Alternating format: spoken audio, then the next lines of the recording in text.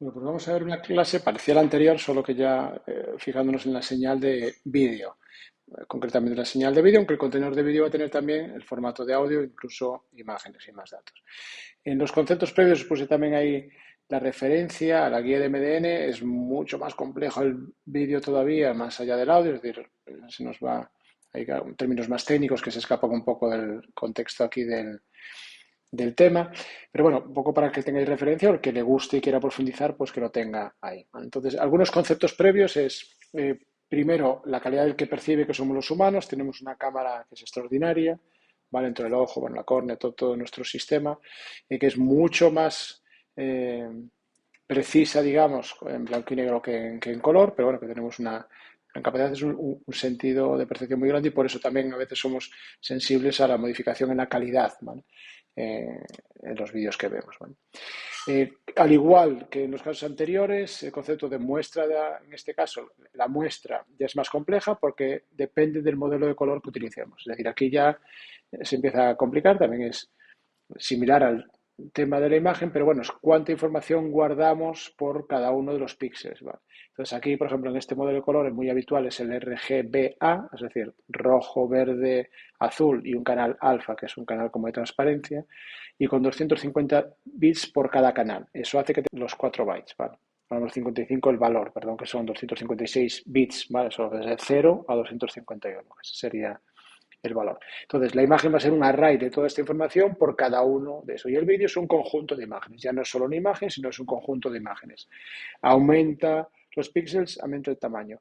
La diferencia con el vídeo es que va a ser un conjunto de imágenes todo seguida, que es lo que vamos a llamar cuadros por segundo, frames por segundo. Cuantas más tengamos, bueno, pues mejor para, para el ojo humano, digamos, y también depende un poco del tipo de señal de vídeo que estemos transmitiendo, pero los frames por segundo influyen. Cuantos más, bueno, pues es una imagen solo que multiplicado. Por eso se genera, y la codificación de vídeo, la señal de vídeo genera cantidades ingentes de un tamaño muy grande, demasiado grande, de orden de magnitud muy, muy superior a las imágenes y al audio. ¿Vale? Os pongo ahí, por ejemplo, codificar vídeos sin audio, o sea, tal cual, sin pérdida y sin añadirle ningún canal de audio ni otra información, como puede llevar los contenedores de vídeo que veremos en siguientes clases, genera tamaños considerables. Ahí veis, pues eso, como 8 gigas para high definition, en full color, bueno, ahí veis cuando son 30 por segundo, ahí veis la cantidad de información, ¿vale? Desde los 8 megas pasan rápidamente, si son frames por segundo, 250 megas, ¿vale? Y así, si ya hablamos por un minuto, veis que va subiendo la cantidad muy grande. Eso hace que, pues eso, cuando hablamos de codificar una película, 1 hora, 2 horas, bueno, pues ya sabéis un poco la gran cantidad de información que genera y por eso hacía falta la codificación. La de compresión de vídeo también es todo un campo muy abierto de complejidad, es un problema similar al de la señal de audio, solo que el tamaño es mucho mayor, por lo tanto la necesidad de codificar es mucho mayor y la complejidad también está. Al ser también el formato multimedia que engloba el resto, pues también hay el tema de la lucha y el negocio de los codificadores es mucho mayor. Hay diferentes, ahí os puse tanto codificadores que tienen que ver también con los contenedores con lo que hacen referencia, el tipo de archivo.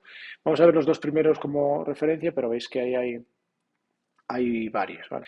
Vamos a ver primero el formato AV1, AV1, igual que ya vimos el AVF para las imágenes, porque está basado un poco, aún es un codificador muy potente, es de formato abierto, gratuito, sin licencia, y que tiene, bueno, unas velocidades, un bitrate mucho mejor que AVC, lo vamos a ver ahora como el típico formato del H264, ¿no? Que es un poco el estándar de vídeo de calidad, pero bueno, algunos mejora eso.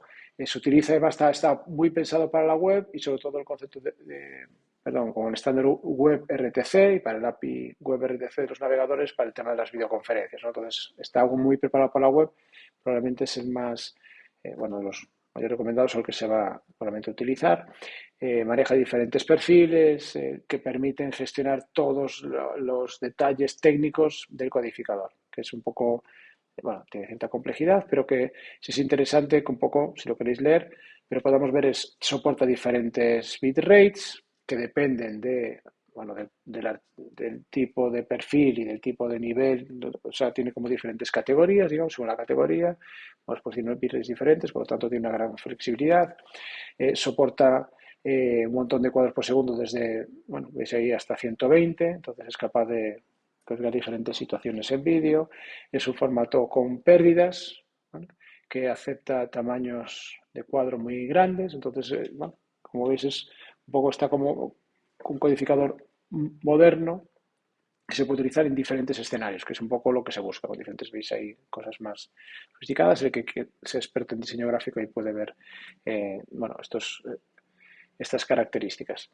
Interesante aquí es la compatibilidad, que podemos ver ahí que es uno de los problemas, ¿vale? Ahora lo voy a contar.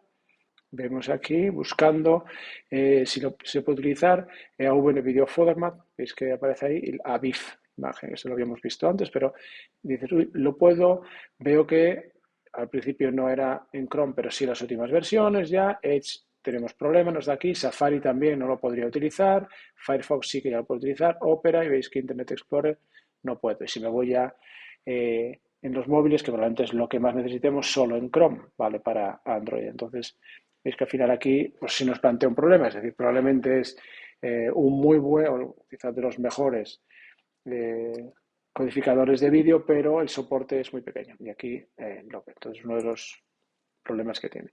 Interesante que, o sea, que sea compatible con WebRTC, ¿vale?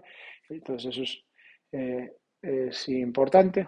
Bueno, porque es el tema para el tema de las conferencias. Y luego, yo creo que también el tema de las licencias, que siempre ha sido un problema bastante grave en los codificadores de vídeo, es estándar abierto y no tiene, y es gratuito, ¿vale? No hay que pagar por utilizar. Entonces, eso es interesante. Otro tipo de especificación es la de MP4, el H264, el Advanced Video Coding, el AWC, que es idéntico al que estandariza la ITU, la Organización Internacional de Telecomunicaciones, que se utiliza hoy en día, bueno, en todas las redes troncales multimedia como tal se utiliza, es decir, esto es probablemente el más utilizado a nivel, digamos, empresarial. Y que se está utilizando también o tratando de utilizar en la web para los sistemas de videoconferencia, bueno, porque este es muy probado y muy robusto, ¿vale? Y tiene una flexibilidad de total. El único problema que tiene, o un problema grave que tiene, es el tema de las licencias y las patentes asociadas a él, y bueno, que eso obliga a diferentes tipos de codificadores y a hacer diferentes cosas, pero, digamos, se utiliza mucho y es bastante potente.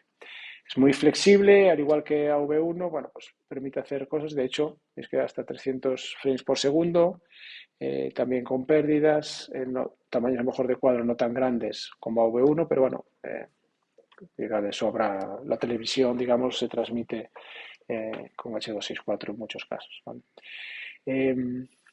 Tiene, si me voy a ver la compatibilidad,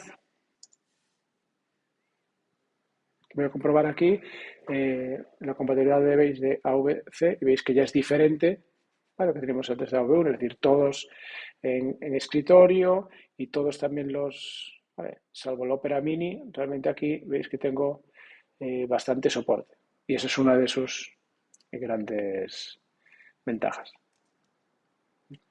El contenedor de referencia MP4 y 3GP, por lo tanto este es el más utilizado, veis ahí donde es especificación, y aquí un poco el problema de la licencia, ¿vale? Que requiere una licencia, que siempre ha habido problemas, ¿vale? Con su uso.